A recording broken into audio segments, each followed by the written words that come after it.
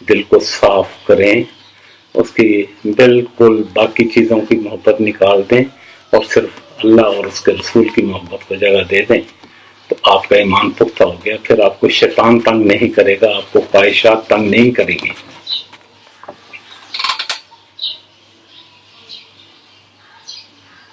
یہاں سے جب آپ کو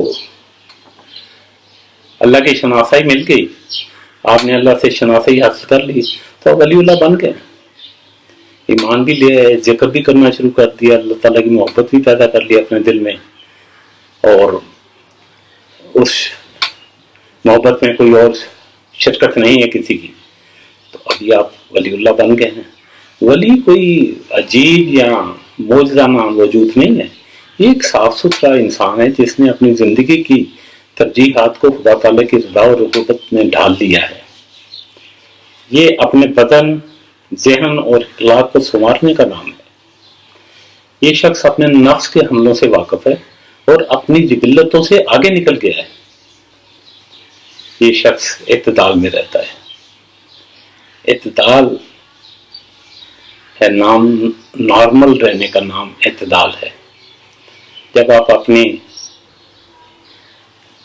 انفیریٹیز اور سپیریٹیز پر قابو پا لیتے ہیں تو آپ اعتدال میں آ جاتے ہیں. کوئی چلا نہیں کاٹنا، کسی پہاڑ پر نہیں جا کے بڑھنا، کسی اندھے کنویں میں نہیں الٹا لٹکنا. بس ایک نارمل زندگی گزارنی ہے جس میں آپ کے پاس ایمان ہو، آپ اللہ کا ذکر کریں، اللہ تعالیٰ کی محبت آپ کے دل میں ہو اور اس کے لیے آپ ہر چیز قربان کرنے کے لیے تیار ہو جائیں، تو آپ اور اس کے بعد اعتدال میں ہیں. ان اللہ یحب المعتدین، اللہ تعالیٰ اعتدال والوں کو پسند فرماتا ہے. ہماری سوسائٹی میں ریلیجس ٹیچرز اور لیڈرز اور مولوی صاحبان ہمیں خدا تعالیٰ کا بہت خوف دلاتے ہیں. اللہ تعالیٰ سے ڈرنے کی کوئی بات نہیں ہے. آپ اس ذات سے کیسے محبت کر سکتے ہیں جس سے آپ ڈرتے ہو؟ ڈرنا اللہ تعالیٰ سے نہیں ہے، ڈرنا اس چیز سے چاہیے کہ کہیں اللہ تعالیٰ ہمارے کسی عمل کی وجہ سے ہمیں اپنے سے دور نہ کر دے. جیسے اس نے ابلیس کو جنت سے نکال دیا، اپنے سے دور فرما دیا. کوئی ہم ایسا عمل نہ کریں کہ جس سے اللہ تعالیٰ ہمیں دور کر دے. اس چیز کا خوف ہونا چاہیے، خدا کا خوف نہیں ہونا چاہیے. خدا تعالیٰ تو کہتا ہے ان اللہ رؤوف بالعباد، میں اپنے بندوں پر بہت مہربان ہوں.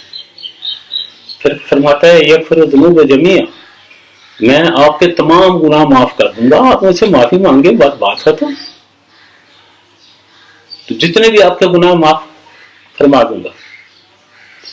ایک صاحب تھے فضائل بن عیاض رحمۃ اللہ علیہ، ڈاکو تھے، ڈاکے ڈالتے تھے. ایک دن ڈاکہ مارنے گئے تو ٹینٹ سے باہر پہنچے تو قرآن پڑھنے کی آواز آ رہی تھی.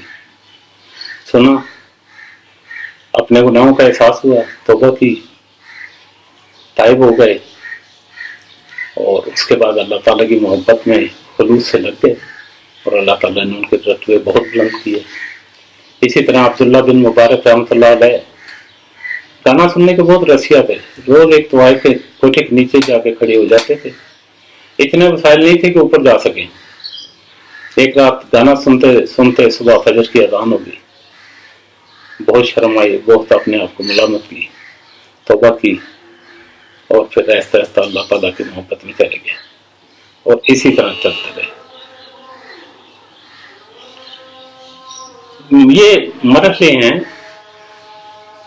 آگے جانے کے.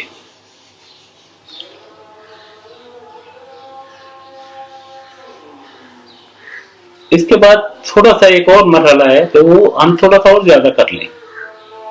ہم نے ایمان لیا ہے، ذکر کر لیا، ایمان کو پختہ کر لیا، اللہ تعالیٰ کی محبت دل میں بسا لی، تو تھوڑا سا اور آگے چلیں. جیسے بدلہ لینا جائز ہے، ٹھیک ہے، تو آپ بھی، لیکن اگر آپ معاف کر دیں تو بہتر ہے. اسی طرح آپ اپنے واجب حقوق ادا کرتے رہیں اور اپنے حقوق کا تقاضا نہ کریں تو یہ اور بہتر ہو جاتا ہے. تو یہ اسی طرح آپ ولی اللہ بنتے جائیں گے، آپ کے رتبے بلند ہوتے جائیں گے. یہ ایک پروسیس ہے جس میں سے آپ نے گزرنا ہے. ہر ولی اللہ اسی پروسیس سے گزرا ہے. ایک دن میں کوئی عبد القادر جیلانی، عثمان علی اجمیری، جنید بغدادی نہیں بن گیا. They went through all this process. اور اس پروسیس میں جانے کے لیے عمر کی کوئی قید نہیں، کوئی کوالیفیکیشن نہیں چاہیے، کوئی پروفیشنل ایکسپیرینس نہیں چاہیے، بس صرف نیک نیتی اور خلوص چاہیے. ایمان لے آئیں، اللہ تعالیٰ کی محبت کی طرف لگ جائیں تو آپ ولی اللہ بن جائیں گے. یہ اسکرپٹ میں نے ایک بچے کے سوال پر کیا تھا جس نے کہا تھا کہ ولی اللہ کیسے بنتے ہیں.